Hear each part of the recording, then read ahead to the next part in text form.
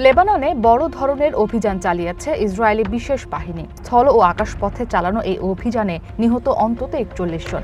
Iran সমর্থিত গোষ্ঠী হিজবুল্লাহর সঙ্গে ইসরায়েলের যুদ্ধ ক্রমেই তীব্র থেকে তীব্রতর হচ্ছে। সাম্প্রতিক হিজবুল্লাহ ইসরায়েল সংঘাতের কেন্দ্রবিন্দু হয়ে উঠেছে এই অঞ্চল।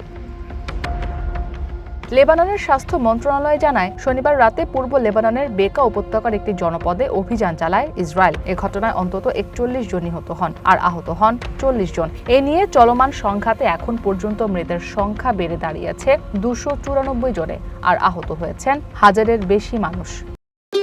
ভবিষ্যৎ হোক নিরাপদ, বিনিয়োগ হোক বিশ্বস্ত, আর আমার পছন্দ সল্ট বে।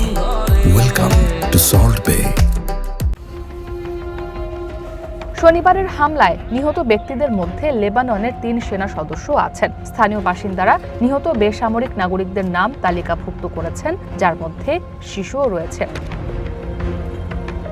বিবিসির প্রতিবেদন বলছে, লেবাননের নবিচিত এলাকায় চালানো অভিযানের মূল উদ্দেশ্য ছিল ৪০ বছর আগে দেশটিতে নিখোঁজ হওয়া এক ইসরায়েলি সামরিক বিমান চালকের দেহাবশেষ উদ্ধার করা। শনিবার গ্রামটির কবরস্থানের এক কোণে মাটিতে একটি গর্ত দেখা যায়, যেখানে একটি কবর খুঁড়ে তোলা হয়েছে। স্থানীয় এক বাসিন্দা জানান, ইসরায়েলিরা ভেবেছিল নিখোঁজ বিমান চালকের দেহাবশেষ এখানে আছে, কিন্তু এখানে কিছুই ছিল না।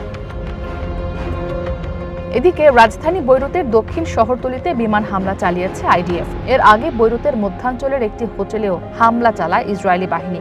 এতে অন্তত ৪ জন নিহত ও ১০ জন আহতের খবর পাওয়া গেছে। ইসরায়েলের দাবি, তারা বৈরুতে কর্মরত আইআরজিসি কমান্ডারদের লক্ষ্য করেই এই হামলা চালিয়েছে। অন্যদিকে দক্ষিণ লেবাননের মারবা শহরে ইসরায়েলি বাহিনীকে লক্ষ্য করে হামলা চালিয়েছে বলে জানায় দেশটির সশস্ত্র গোষ্ঠী হিজবুল্লাহ। ইসরাত মুক্তি, ওয়ান ইন্টারন্যাশনাল ডেস্ক।